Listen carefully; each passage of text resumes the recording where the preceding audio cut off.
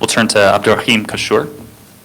United States is adopting an advanced position against Russian military operation in Ukraine based on the principle of violence against the international law. But the same thing is happening in Palestine, in Golan, as well as in Western Sahara. But United States didn't show the same fairness, same resolve as that one in Ukraine. And in the same context, is Biden administration still adopting the proclamation of the ex-President Donald Trump recognizing Moroccan sovereignty over the Western Sahara?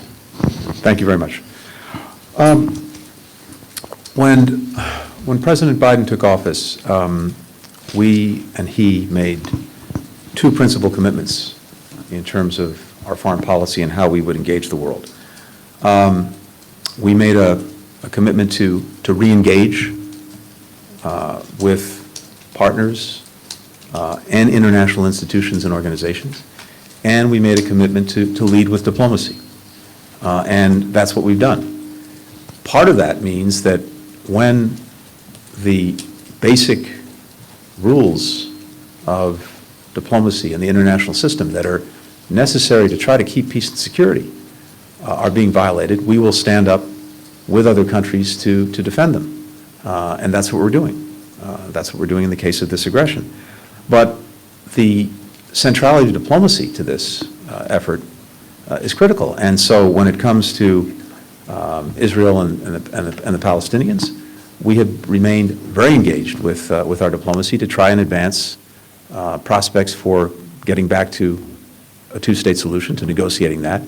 And in the meantime, doing everything that we can to help the Palestinian people improve their lives. We've committed $500 million in assistance to the Palestinians over the last year. We've re-engaged with UNRWA. And of course, I was just up in Ramallah. And by the way, we were talking about the Negev Summit and the countries participating in that.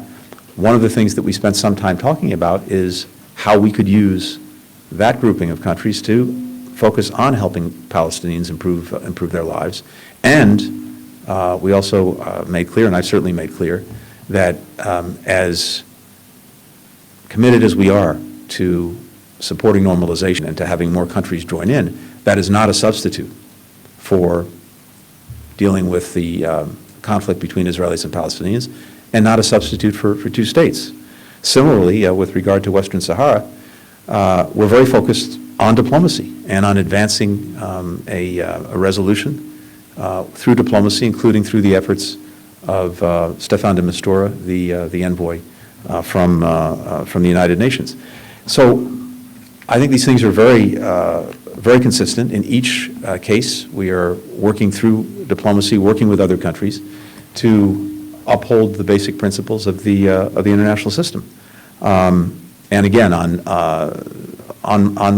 Morocco, on Western Sahara, we are continuing to support the efforts of the UN. There's been no change in our position otherwise.